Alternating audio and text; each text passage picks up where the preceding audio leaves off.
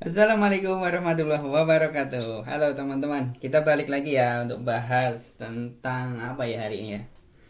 Kita akan bahas tentang Genus atau Linux. Jadi di sini kita akan bahas sedikit ya sebelum masuk. Nanti akan ada konten-konten yang lebih dalam tentang penggunaan Linux, baik itu di command line atau menggunakan aplikasi-aplikasi yang berjalan di Linux.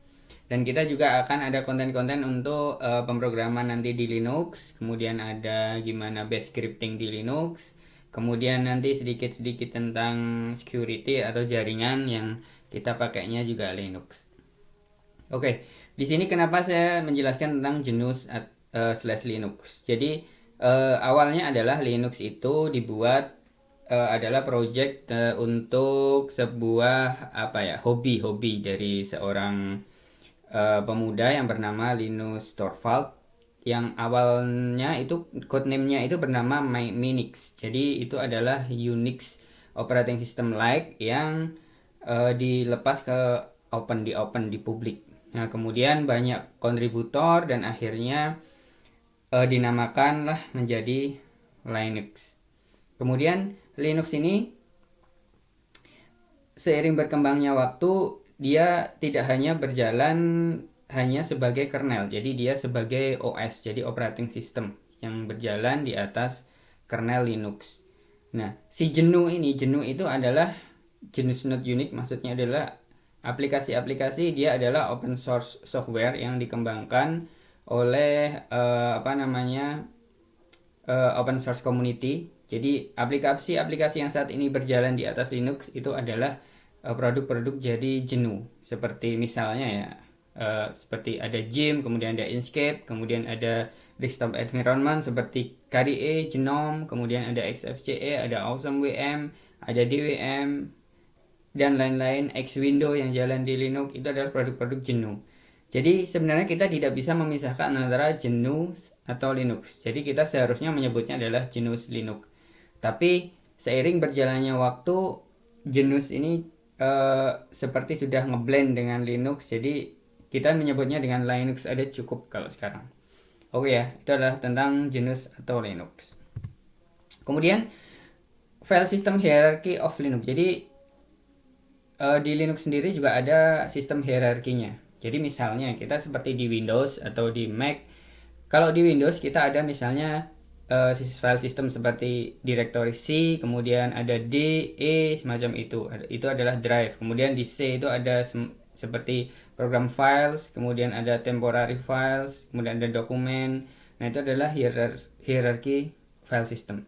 Kalau di Linux itu hierarki file systemnya itu adalah seperti ini. Jadi di root di bagian utama root itu adalah slash, itu adalah yang bagian utama. Kemudian di dalam rootnya itu ada direktori yang lain seperti bin, boot, dev, etc, home, lib, mnt, opt, proc, root, sbin, dan sys.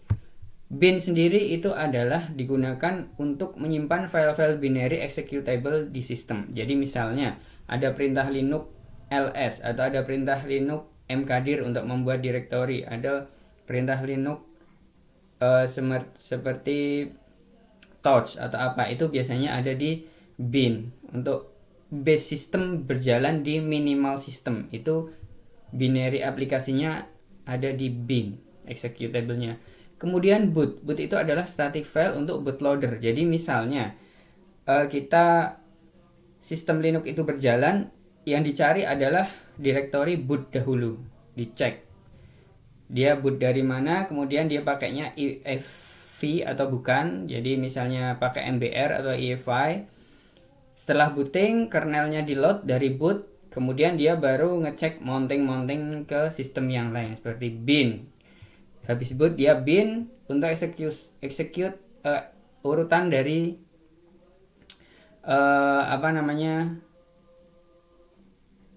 hierarki dari apa yang harus dijalankan. Misalnya mounting file system, kemudian checking networking, kemudian FSCK untuk file system, dan segala macam itu akan ada di loop up ke bin setelah boot. Kemudian dev itu adalah device file. Jadi intinya emulasi device. Misalnya ada device yang kita colok, kemudian device yang dikenali, itu akan ada di /dev, di directory dev. Di situ adalah device, misalnya ada Bluetooth device, ada kemudian ada GPU, CPU, kemudian dia masuk kan, misalnya kita USB drive itu akan ke recordnya di dev. Kemudian etc itu adalah specific file system configuration. Jadi semua konfigurasi itu akan ada di etc. Apapun itu standarnya adalah di etc. Misalnya kita nyari konfigurasi untuk database MySQL, PostgreSQL, atau untuk konfigurasi networking, itu ada di etc juga. Kemudian lib itu adalah library kernel module. Jadi semua library yang diinstal Linux itu adalah di lib. Jadi kalau di Windows itu ada .dll, kalau di Linux itu adalah .so. Kemudian ada .a juga untuk static library. Kalau di Mac itu ada .dynlib.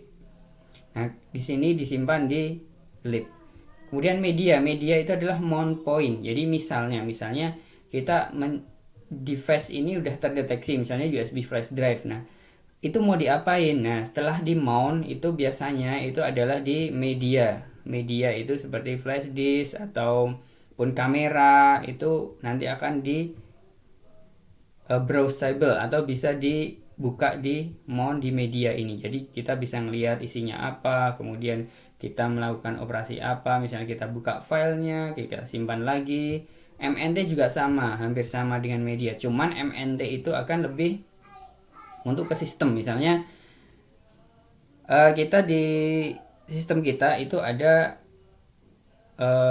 hard disk yang untuk nyimpan sistem operasi, kemudian partisi hard disk yang dipakai untuk sistem operasi juga. Nah, itu biasanya akan ada disimpan di MNT. Kalau media ini biasanya lebih ke removable device, jadi lebih dinamis hot plug di media ini. Kemudian OPT itu adalah aplikasi software package. Jadi third party aplikasi yang kita install biasanya itu ditaruh di OPT. Untuk yang di luar package, jadi nanti akan kita jelaskan di Linux itu akan ada packaging system. Kalau di Windows itu .exe-nya, jadi kita install kemudian akan disimpan di program files atau di mana. Kalau di Linux itu akan disimpan di OPT untuk third party-nya. Kalau yang native packaging-nya itu akan ditaruh di /usr.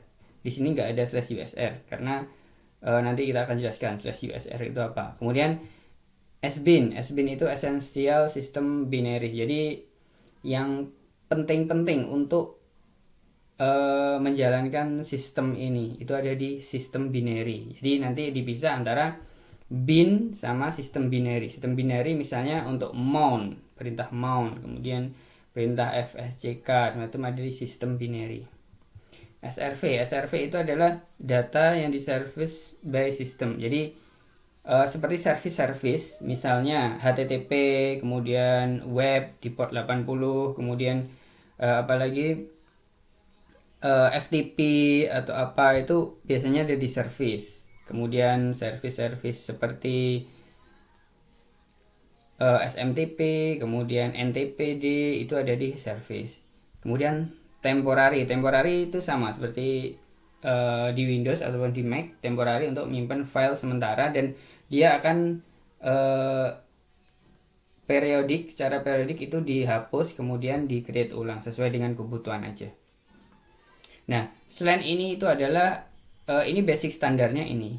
Tetapi kita tergantung dari distribusi Linux yang kita pakai juga. Itu enggak akan selalu sama. Mungkin ada penambahan directory yang lain. Misalnya kalau saya pakai di tempat saya ini itu adalah Linux Slackware, kemudian di bin boot dev etc. Nah, ini ada home itu untuk nyimpen directory home kita. Jadi multi user, misalnya saya punya di sini Zenbit itu user. Jadi Zenbit at Slackware itu hostname. Jadi di home directory-nya itu ada nama Zenbit. Nah, ini ada Zenbit. Jadi home directory kita. Kalau misalnya di Windows itu adalah users, kemudian di dalamnya ada nama usernya. Misalnya user A, B, C, dan seterusnya. Kemudian di sini ada lib. Nah, lib sama lib 64 dibedakan. Kalau biasanya di Linux itu lib itu untuk nyimpen yang 32 bit, kemudian yang lib 64 itu untuk nyimpen yang 64 bit library. Kemudian media. Media itu sama tadi sudah dijelaskan, MNT, OPT, proc. Nah, proc ini untuk menyimpan jadi proses yang ada di Linux itu disimpan, installnya ada di proc. Kemudian root itu adalah untuk direktori sistem adminnya. Jadi home-nya sistem admin itu ada di root. Run itu sebenarnya sama dengan media. Jadi ini ditambahkan aja kalau misalnya kan ada yang auto mount atau auto detect atau hot plug secara otomatis, itu biasanya ada di run. Kemudian sbin tadi sudah dijelaskan, srv, udah juga sys. Nah, ini untuk sys itu adalah semua yang ada di sistem itu. Jadi misalnya sys tentang GPU, informasi GPU, informasi CPU, kemudian temperatur segala macam itu ada di sys. USR itu biasanya sistem-sistem yang kita install dari package itu akan ada di USR. Nah, di USR sendiri itu juga ada folder lib dan lib 64. Jadi misalnya kita lihat di sini, itu di USR juga ada yang namanya folder lib 64, libexec lokal. Nah, dia itu untuk menyimpan jadi package-package yang udah kita install itu ada di USR. Kemudian var itu adalah untuk menyimpan data-data yang variabel. Jadi akan banyak data disimpan di sini. Misalnya log file, kemudian data-data tentang misalnya database MySQL itu datanya biasanya disimpan di var juga, PostgreSQL, kemudian MongoDB dan segala macam. Itu semua variabel yang akan berubah secara dinamis itu ada di var. Dan itu akan kalau misalnya sistem udah berjalan, misalnya di server, var ini adalah direktori yang isinya akan paling besar. Oke, sekarang ini udah hierarki. Kemudian tentang Linux distribution. Linux distribution itu adalah jadi ada kelompok-kelompok yang mengembangkan Linux kemudian sesuai dengan apa yang mereka butuhkan. Misalnya untuk Red Hat itu mereka lebih ke enterprise services. Jadi mereka lebih fokus ke server. Kemudian gimana bisa memberikan service yang reliable untuk klien, untuk users, banyak request gimana nangani. Itu Red Hat awalnya berfokus kepada itu. Kemudian ada Debian itu lebih universal karena dia nggak fokus di server awalnya, jadi dia juga untuk di user desktop. Kemudian selain desktop juga misalnya untuk mobile itu untuk device maksudnya yang selain server dan selain desktop, misalnya untuk handheld kayak gitu. Kemudian ada juga SUSE, kemudian Ubuntu, Arch Linux, Slackware, Manjaro segala macam itu disesuaikan dengan kebutuhan mereka. Tapi pada dasarnya perintah-perintah dasarnya adalah sama. Yang membedakan adalah preferensi mereka, mungkin lokasi konfigurasi, kemudian init sistemnya itu cara nambahin, kemudian cara ngaktifin servisnya, auto loadnya itu mungkin akan sedikit berbeda, tapi pada dasarnya adalah sama, urutannya adalah sama. Kemudian desktop environment. Apa desktop environment? Jadi setelah Linux itu running, dia sebenarnya adalah cuman command line aja. Jadi cuman ketik-ketikan kayak gini aja ya kita.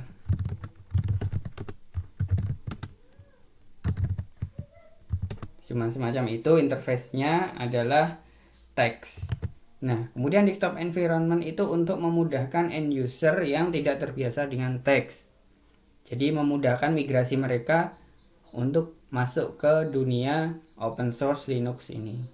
Jadi pengguna sebelum ke power user ya sudah kita bikinkan, kalau mereka berpikir desktop environment lah biar orang-orang itu lebih tertarik dengan Linux, karena orang pengguna awam menggunakan teks itu akan sangat-sangat kesusahan untuk di era-era yang saat ini karena kita udah terlalu dimanjakan oleh user interface. Jadi desktop itu adalah interface untuk memudahkan kita berinteraksi dengan sistem. Ada banyak sekali desktop environment, ada GNOME, ada XFCE, ada KDE, kemudian ada Awesome VM, ada DWM, ada macam-macam, banyak sekali. Tapi yang paling terkenal adalah GNOME, XFCE, dan KDE yang sering digunakan. Nah, ini adalah interface dari KDE. Contoh interface dari KDE, dia lebih ke plasma. Kalau misalnya kita pernah dulu di Windows, itu ada Windows yang kayak gini sebelum Windows 10, jadi Windows 7. Tampilannya mirip-mirip, tapi lebih ke sini itu tampilannya lebih cantik lagi. Kita bisa custom segala macam, dan konfigurasi di KDE itu benar-benar banyak. Jadi kita bisa mengkonfigurasi apapun di sini. Kemudian ada GNOME. GNOME itu adalah dikembangkan menggunakan GTK Toolkit. Kalau yang KDE tadi menggunakan Qt Framework. Yang membedakan ini adalah GTK itu dia toolkitnya sendiri udah open source, jadi full open source. Kalau Qt itu dia semacam open source tapi ada yang versi komersialnya. GNOME sendiri itu digunakan distro-distro seperti biasanya Debian based yang kayak Ubuntu, kemudian Linux Mint, itu banyak menggunakan GNOME atau mereka preference menggunakan GTK. Nah, ini adalah contoh dari XFCE yang udah dikonfig kemudian di menggunakan Kwin. Kwin itu adalah kompositornya yang dipakai di KDE. Jadi kita bisa mengkonfigurasi seperti ini segala macam, itu bebas di Linux, itu enak sekali, lebih dinamis karena open. Kita bisa membuat apa yang kita mau sesuai apa yang kita inginkan. Preferensinya adalah asal kita mudah menggunakan. Kita nggak pakai desktop environment tuh bisa, cuman teks aja juga bisa. Yang penting kita adalah gimana kita lebih enak menggunakan sistem itu. Inilah Awesome VM yang dikembangkan menggunakan bahasa C dan Lua. Jadi scriptingnya menggunakan Lua dan configurable ya. Nah, untuk gaming sekarang Linux di gaming. Kadang kita berpikir gaming itu cuma bisa di Windows atau Mac pun dikit-dikit, atau karena awalnya emang dibikin bukan untuk gaming, si Mac sama si Linux ini ya. Tapi seiring dengan berjalannya waktu, jangan salah, Linux itu juga benar-benar support untuk gaming. Apalagi ketika kita membuka Steam itu banyak menawarkan game-game yang bisa berjalan di Linux, dan ada juga compatibility tools yang bisa menjalankan games Windows di Linux. Jadi kita nggak perlu khawatir karena gaming sekarang itu adalah game changer. Kalau di Linux itu, Linux adalah game changer untuk games. Kenapa saya bilang game changer? Oke. Sebelum masuk ke situ kita bisa lihat di sini. Linux itu ada di banyak device. Yang pertama, dia bisa diinstal di handheld. Kalau kita tahu adalah Android itu adalah base Linux. Jadi kernelnya Linux. Kemudian Android OS-nya itu jalan di atas Linux juga. Kemudian Facebook, Google, Amazon, Microsoft pun juga dia mengembangkan pakai ada server Linux-nya juga. Kemudian Netflix, Twitter, Apple servernya menggunakan Linux. Kemudian router OS-nya Linux juga. Kemudian untuk space seperti NASA juga servernya menggunakan Linux juga. Chromebook itu juga. Jadi Linux itu bisa sekarang berjalan di mana saja. Linux is everywhere. Kemudian gaming seperti ini ya, kita lihat. Ini adalah Steam Deck. Jadi Steam Deck dia sistem operasinya Linux, berjalan di atas Linux. Game-game yang ada di Steam jalan di sini menggunakan emulasi untuk menjalankan games yang jalan di Windows, bisa jalan di Linux menggunakan Steam Deck ini. Jadi tidak ada alasan kita untuk tidak belajar tentang Linux. Oke ya teman-teman, di sini kita udah dulu. Kita akan masuk ke video-video yang lain. Akan bahas banyak tentang Linux, nggak akan tentang semacam ini aja. Nanti akan masuk ke pembahasan misalnya penggunaan aplikasi, perintah-perintah di Linux. Kemudian ada banyak lagi, kita akan bahas tentang mungkin sedikit security sambil belajar security, kemudian tentang programming, bash scripting, apapun yang berhubungan dengan Linux kita akan ulas di sini. Oke, tetap semangat. Jangan lupa untuk subscribe, jangan lupa untuk berkarya. Sehat terus. Assalamualaikum warahmatullahi wabarakatuh.